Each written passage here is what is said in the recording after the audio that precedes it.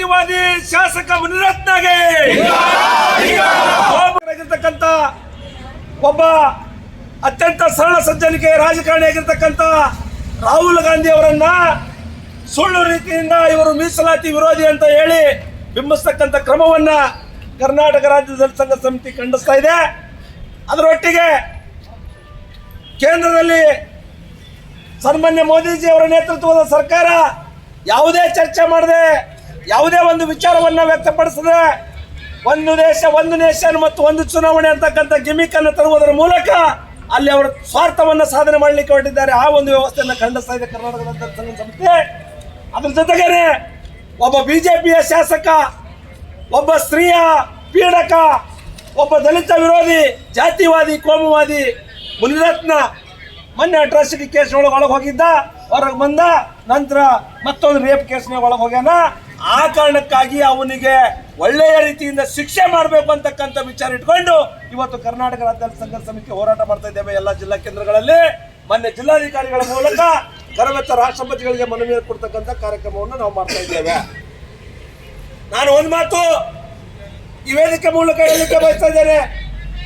BJP ಪಕ್ಷದವರು ಏನ್ ಹೇಳ್ತಾ ಇದ್ದಾರೆ?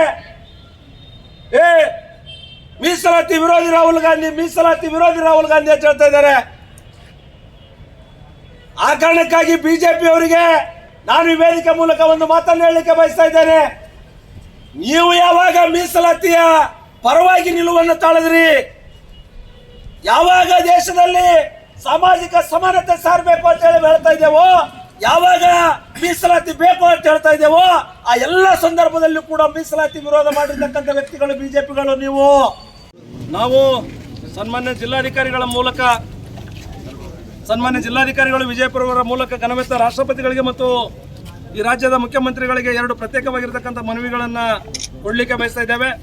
ಒಂದೇ ಮನವಿ, ಘನವೆತ್ತ ಸನ್ಮಾನ್ಯ ರಾಷ್ಟ್ರಪತಿಗಳು ರಾಷ್ಟ್ರಪತಿ ಭವನ ಹೊಸದೆಯಲ್ಲಿ ಮಾನ್ಯ ಜಿಲ್ಲಾಧಿಕಾರಿಗಳು ವಿಜಯಪುರವರ ಮುಖಾಂತರ ಮಾನ್ಯರೇ, ಒಂದು ದೇಶ ಒಂದು ಚುನಾವಣೆ ಜಾರಿಗೆ ನಿರ್ಧರಿಸಿದ ಕೇಂದ್ರ ಸರ್ಕಾರ ತನ್ನ ನಿರ್ಧಾರ ವಾಪಸ್ ಪಡೆಯಬೇಕೆಂದು ಮನವಿ.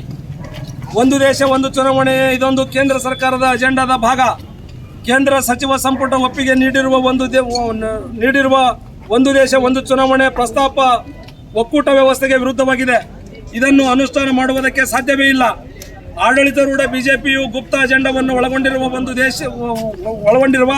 ಒಂದು ದೇಶ ಒಂದು ಚುನಾವಣೆ ಪ್ರಸ್ತಾವವನ್ನು ಸಂಸತ್ ಒಳಗೆ ಮತ್ತು ಹೊರಗೆ ದೇಶದ ಜನಾಭಿಪ್ರಾಯವು ಒಂದು ದೇಶ ಒಂದು ಚುನಾವಣೆ ವ್ಯವಸ್ಥೆಗೆ ವಿರುದ್ಧವಾಗಿದೆ.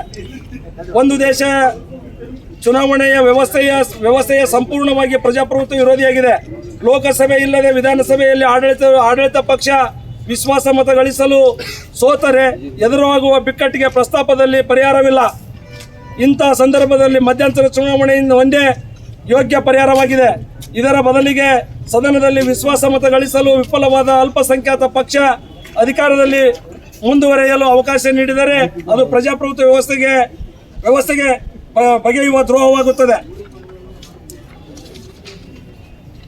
ಇಡೀ ದೇಶದಲ್ಲಿ ಒಂದೇ ಬಾರಿ ಲೋಕಸಭೆ ಮತ್ತು ವಿಧಾನಸಭೆ ಚುನಾವಣೆಗಳು ನಡೆಸುವ ಶಕ್ತಿ ಸಾಮರ್ಥ್ಯ ನಮ್ಮ ಈಗ ಇರುವ ಚುನಾವಣೆ ಆಯೋಗಕ್ಕೆ ಇಲ್ಲ. ನಮ್ಮ ಚುನಾವಣಾ ವ್ಯವಸ್ಥೆಯನ್ನು ದುಪ್ಪಟ್ಟು ಪ್ರಮಾಣದಲ್ಲಿ ವಿಸ್ತರಿಸಬೇಕಾಗುತ್ತದೆ. ತಮ್ಮ ಒಂದು ವರದಿಯನ್ನು ಸಲ್ಲಿಸುವುದರ ಮೂಲಕ ನಮಗೆ ಮುಂದಿನ ದಿನಮಾನಗಳಲ್ಲಿ ಹಿಂಬರವನ್ನು ನೀಡಬೇಕು ಅಂತೇಳಿ ಮಾನ್ಯರಲ್ಲಿ ನಾವು ವಿನಂತಿಸಿಕೊಂಡು ನಾವು ಈ ಮನವಿಯನ್ನು ಮಾನ್ಯ ಜಿಲ್ಲಾಧಿಕಾರಿಗಳಿಗೆ ಅರ್ಪಣೆ ಮಾಡ್ತಾ ಇದ್ದೇವೆ. ದಯವಿಟ್ಟು ಎಲ್ಲರೂ ಸಹಕರಿಸಬೇಕು.